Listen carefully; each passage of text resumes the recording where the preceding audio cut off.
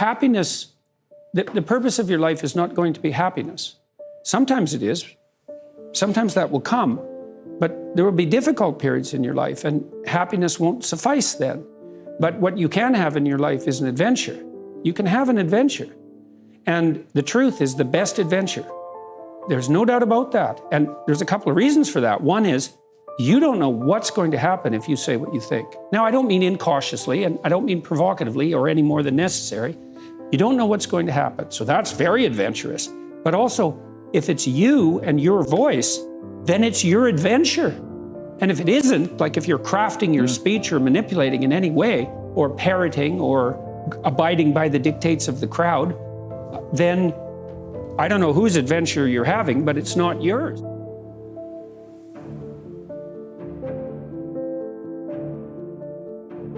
It's very difficult to understand how demoralized people are. And certainly many young men are in that category. And you get these casual insults, these incels. What does it mean? It's like, well, these men, they don't know how to make themselves attractive to women who are very picky, and good for them. Women, like, be picky. That's your gift, man. Demand high standards from your men. Fair enough. But all these men who are alienated, it's like they're lonesome and they don't know what to do, and everyone piles abuse on them.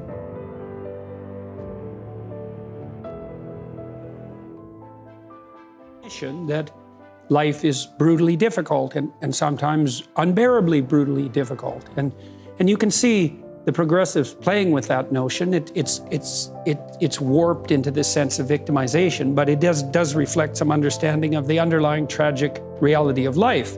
And so it's good to get that right out on the table to begin with. Say, well, you're miserable, you have your reasons, and they might be deep reasons. But if you let the misery demoralize you and make you bitter and cynical and cowardly and make you withdraw, then first of all, that's a failure in the highest sense on your part, and all it's going to do is make everything worse.